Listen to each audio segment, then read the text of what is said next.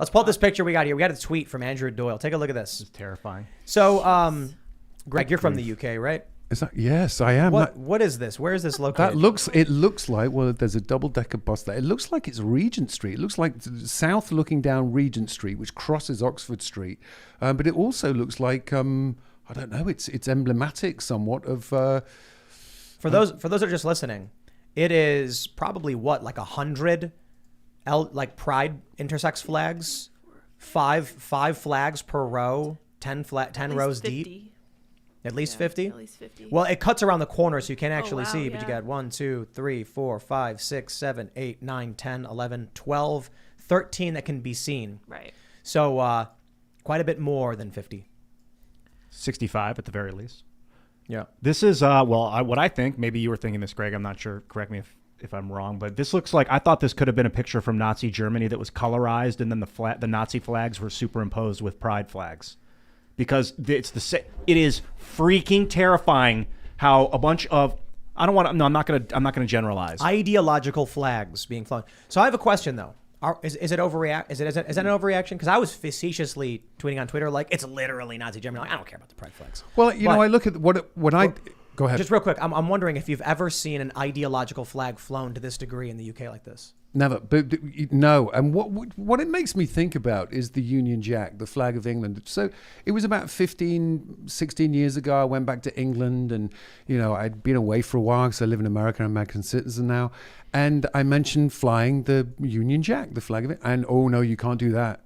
You can't do that. It's a symbol of racism now. I'm like, hang on a minute. The Union Jack is a symbol of race. When did that happen? I grew up, my grandfather fought in the second, I'm not like my grandfather, but he did.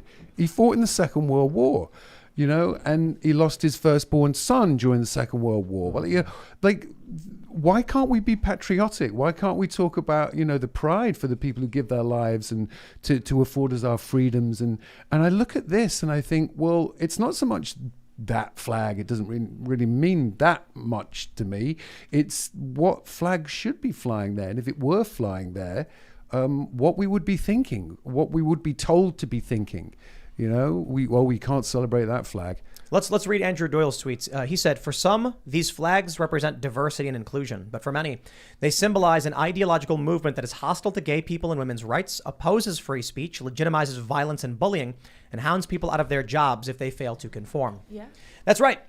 There was a comic shop near me a while ago, and I remember I went there, and it was cool, and they had stuff, and I bought it. One day I came back, and they had a big flag, one of these flags in there, and I was like, I'm not going to go there again. Because these are the people that have defended murder and violence. If I went to a comic shop and they had a swastika flag, I also would be like, I'm not going to go there because these are people who have justified violence, murder, and harmed other people. And I don't trust people of this extremist ideology. If I'm working, if I'm on the job and I'm working politically and I have security and stuff, I have no problem interviewing Antifa or alt-right or whatever. But I'm not going to go to an establishment that flies that flag because it's legitimately an extremist organization. Flying the flag of an extremist ideology. Not interested. Going to New York this past weekend for the event, like every single business was flying the flag. You come out to West Virginia and surprise, surprise, even small towns out here fly these flags.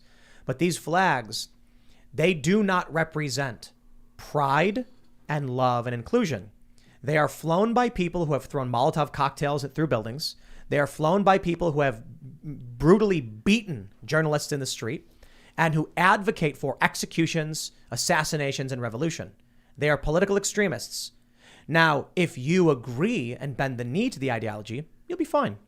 But if you stand up defiantly and say, what you did to that man in Provo, Utah, I think it was a man shot in the arm driving his car for no reason, is wrong. And they say, it was for a good cause.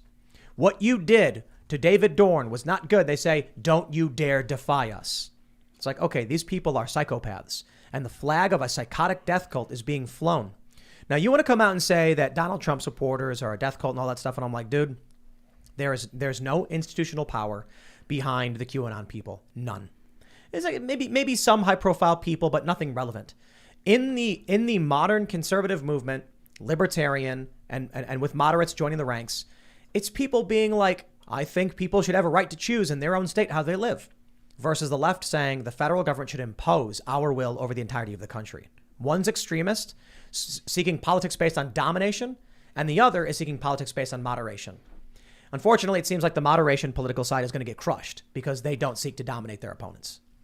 I think there are some people who maybe fly this flag and believe in inclusion and believe that they're believing it. But it's like a friend of mine who she was ultra woke and she was on the Women's March, and now she's kind of, she's broke through that belief system. Let's say she doesn't have that ideology that's like everyone on that side is bad, and she's actually seen behind the curtain that the mainstream media is not all it's purporting to be, and it is a lot of propaganda.